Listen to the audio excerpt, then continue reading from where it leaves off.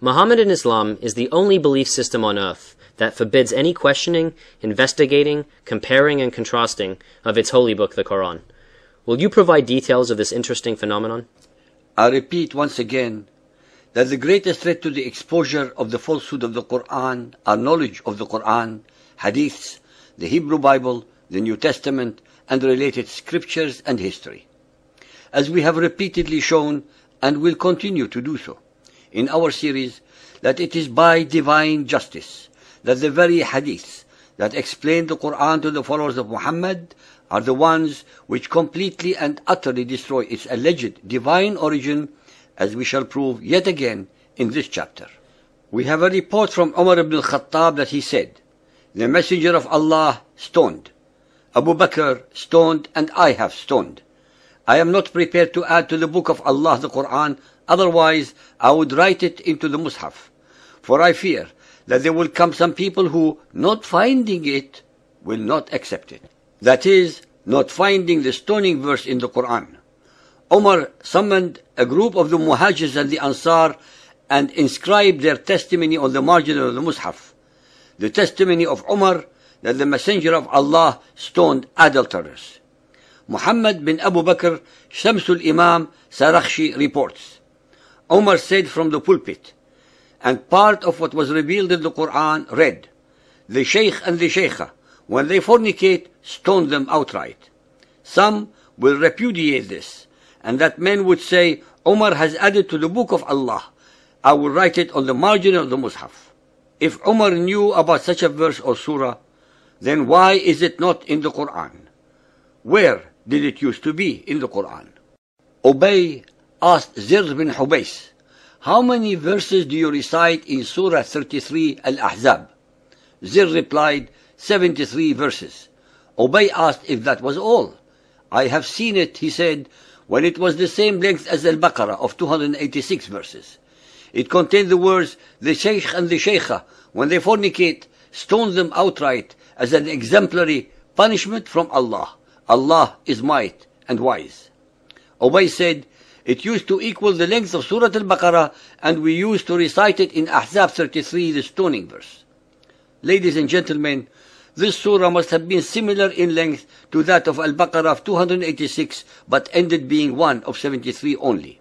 How could anyone, in his or her right mind, accept such degradations in the Quran and still contend that it is divine, that its prototype is in heaven, and that it has not been altered since it was revealed to Muhammad? Is the prototype also truncated, perverted, and tampered with? What answers can the followers of Muhammad conjure up to explain away these catastrophic facts? Al-Ahzab 33 was identified as the surah originally containing the stoning verse, and in addition to Ubay and Abu Musa. Aisha reports that Ahzab used to be recited in the lifetime of the Prophet as having 200 verses, but when Uthman wrote out the Mus'hafs, all they could find was its present length. Aisha explains how the wording came to be omitted from the Mus'haf. The stoning verse and another verse were revealed and recorded on a sheet, sahifa, which was placed for safekeeping under her bedding. When the Prophet fell ill and the household were preoccupied with nursing him, a domestic animal got in from the yard and gobbled up the sheet. Ibn Abbas said, had Ibn Adam possessed 2 wadis of pelf, he would have desired a third. Only dust will fill the mouth of Ibn Adam, but Allah relents to him who repents. Umar asked, "What is this?" Ibn Abbas replied that Ubay had instructed him to recite it. Umar took Ibn Abbas to confront Ubay. Umar said, "We don't say that." Ubay insisted that the Prophet instructed him.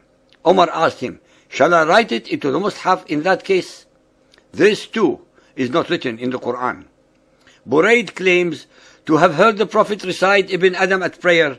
The ayah was in Surah Yusuf, number 12. Ubay said, "Yes, this was before the copying of the Uthman Mus'hafs, on the basis of which the practice now rests." Zuhri reports, "We have heard that many Quran passages were revealed, but those who had memorized them fell in the battle of Yamama fighting. Those passages had not been written down, and following the deaths of those who knew them were no longer known. Nor had Abu Bakr nor Umar, nor Uthman as yet collected the text of the Quran. Those lost passages were not to be found with anyone after the deaths of those who had memorized them.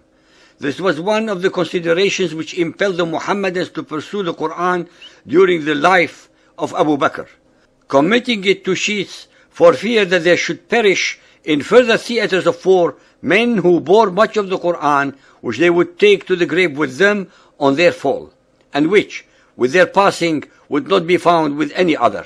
There is no doubt that this verse was removed from the Quran because it alleged that those who died met with Allah, which is contrary to the Muhammadan doctrine that no human can meet face to face with Allah.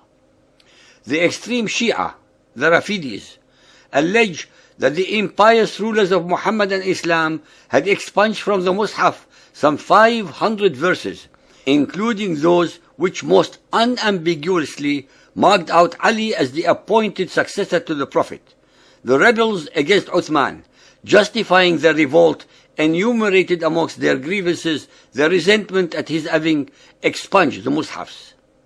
All the above are only a small ripple in a tsunami of such abrogations, missing verses, missing surahs, added verses, and interloped surahs that can never be attributed to any omniscient divinity. Contrary to all the allegations and dogma of the followers of Muhammad, the Quran that we have today is not the same that was allegedly revealed to Muhammad, but has been repeatedly and deliberately tampered with to fulfill sectarian agendas.